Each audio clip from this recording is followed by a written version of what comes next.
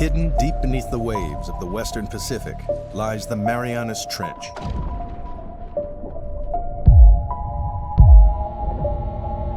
It's the deepest place on Earth, 7 miles beneath the surface of the Pacific Ocean. For generations, the Mariana Trench was a place humanity feared more than it understood. A crushing, lightless abyss nearly 11 kilometers beneath the Pacific Ocean, where pressure rises high enough to collapse steel, temperatures hover near freezing, and darkness is absolute. It was long believed that nothing complex could survive there, let alone thrive.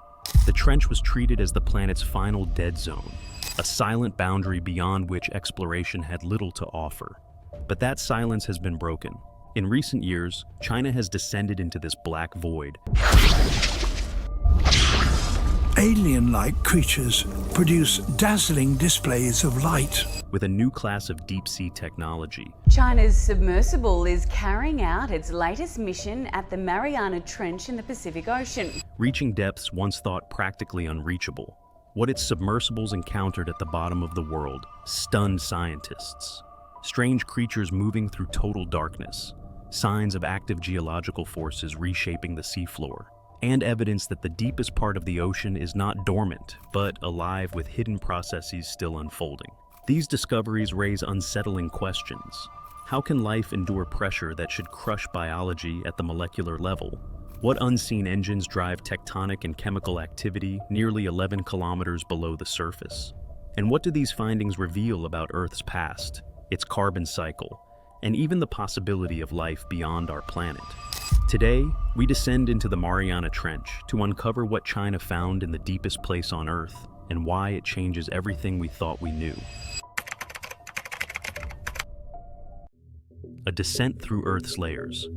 The Mariana Trench lies in the western Pacific Ocean, just east of the Philippines and the Mariana Islands, where the massive Pacific Plate slowly plunges beneath the smaller Philippine Sea Plate.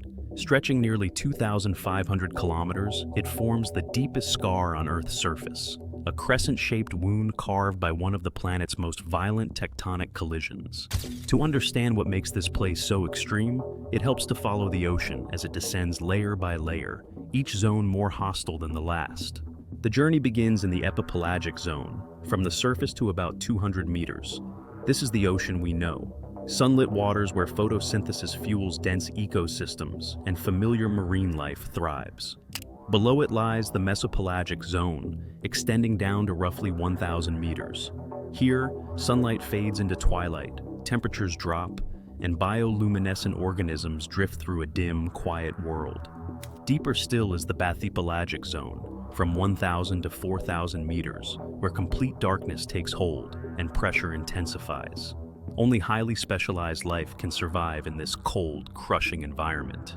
Beneath that lies the abyssopelagic zone, between 4,000 and 6,000 meters, an icy expanse of perpetual night and immense weight. Beyond this point begins the Huddle Zone, named after Hades, the underworld of Greek myth. From 6,000 meters to the deepest parts of the ocean, pressure exceeds 1,000 atmospheres, food is scarce, and temperatures hover just above freezing. The Mariana Trench occupies the most extreme end of this realm. At its lowest point lies the Challenger Deep, a narrow depression plunging to nearly 10,920 meters. So deep that if Mount Everest were placed inside, its summit would still remain more than 2 kilometers underwater. This marks the limit of Earth's hydrosphere and the most hostile environment known in the global ocean. Reaching the unreachable. Reaching the bottom of the Mariana Trench is a challenge comparable to traveling into outer space. At depths approaching 11,000 meters, pressure exceeds 1,100 atmospheres, enough to crush most machines instantly, if even a microscopic flaw exists. Every component of a deep-sea vehicle must be engineered with extreme precision. Hulls are shaped into reinforced spheres, electronics are sealed and pressurized, and cables are designed to survive forces that would snap conventional materials like thread. Communication presents another obstacle. Radio waves cannot penetrate seawater at such depths, forcing the use of specialized acoustic systems that transmit data slowly and with limited reliability. Temperatures near freezing threaten sensitive instruments, while total darkness requires powerful lighting systems that must function flawlessly under crushing weight. Even retrieving samples from the seafloor is dangerous. Rapid depressurization during ascent can destroy fragile organisms before scientists ever get a chance to study them. Because of these conditions, only a handful of missions reach the deepest part of the ocean before the 21st century. In 1960, Jacques Piccard and Don Walsh made history when the bathyscaphe Trieste descended to the Challenger Deep, proving that full ocean depth was possible. Decades later, Japan's remotely operated vehicle Kaiko achieved repeated dives in the 1990s, followed by Woods Hole's hybrid submersible Nereus in 2009, which was later lost during a mission. In 2012, filmmaker James Cameron completed a solo descent in the deep-sea Challenger, briefly touching the seafloor nearly 11 kilometers below the surface. These missions were technological triumphs, but they were fleeting. Each visit lasted only hours, offering little time for sustained observation or systematic study.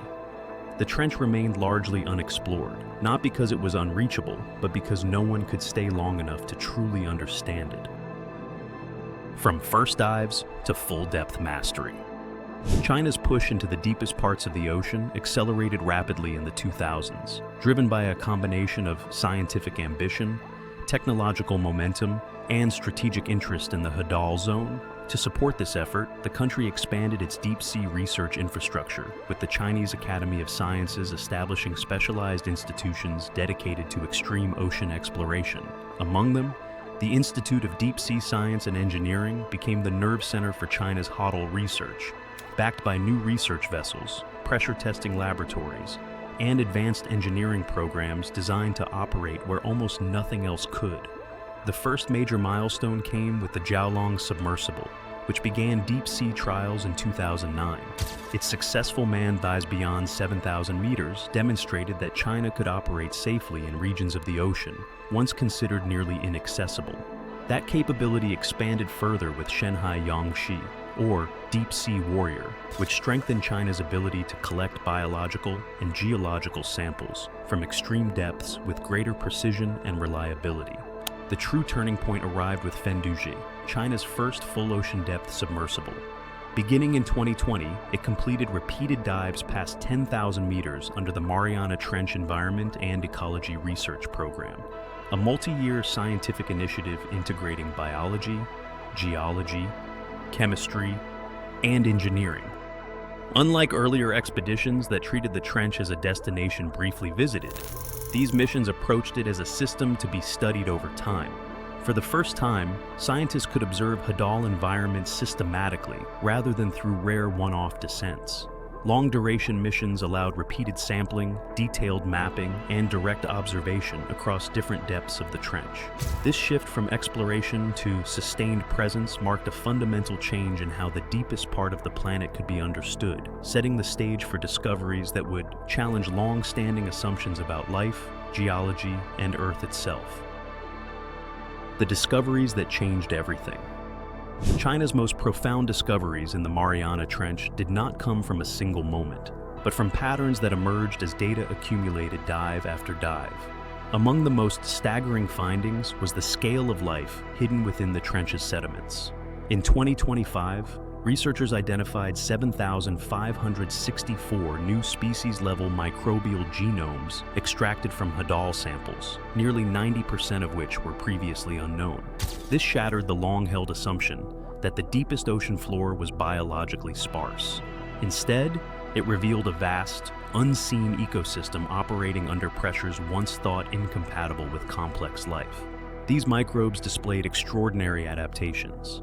Their enzymes function under immense pressure, their cell membranes remain stable where others would rupture, and their metabolisms appear tuned to chemical energy rather than sunlight. Some species showed evidence of drawing energy directly from geological processes occurring deep within the seafloor. This suggested that the trench is not merely a passive graveyard for sinking organic matter, but an active biochemical engine influencing carbon and methane cycling at planetary scales. Equally startling were discoveries of animal life at unprecedented depths. Around 9,500 meters below the surface, Chinese submersibles documented chemosynthetic communities thriving in total darkness. tube worm fields, bivalve clusters, sea cucumbers, isopods, and other organisms were found living off chemical energy released from methane and sulfur compounds, seeping through the sediments. Their existence pointed to active geological processes still releasing energy deep beneath the trench floor, tightly linking tectonics and biology at full ocean depth. Life was not confined to the very bottom. As submersibles passed through the upper and mid-Hadal zones, researchers observed unexpectedly rich ecosystems between 6,000 and 10,000 meters. Mariana snailfish, vast numbers of the amphipod Hirondellea gigas, and a range of worms and crustaceans revealed a clear biological gradient with depth. The deeper the descent, the stranger and more specialized life became, forming stacked ecosystems rather than a single barren extreme.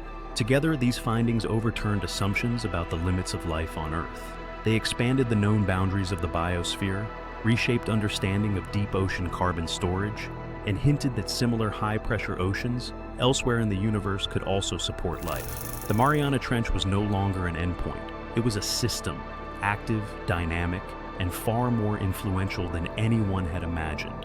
China's expeditions into the Mariana Trench have made one thing unmistakably clear. The deepest place on Earth is not a silent void, but a dynamic world shaped by active geology, complex chemistry, and life forms, operating at the very edge of what biology can endure.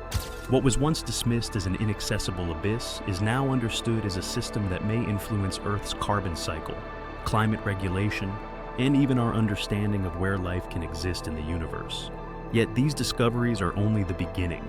Vast stretches of the trench remain unexplored, their sediments unsampled, and their ecosystems unseen.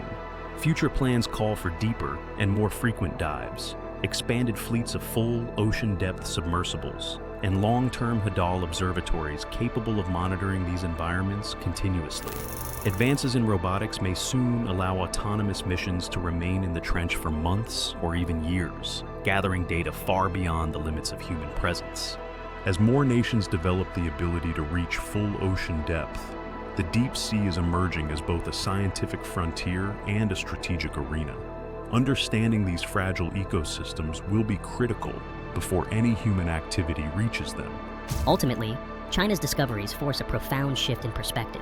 The greatest unknown on our planet was never in the sky above, but in the darkness below.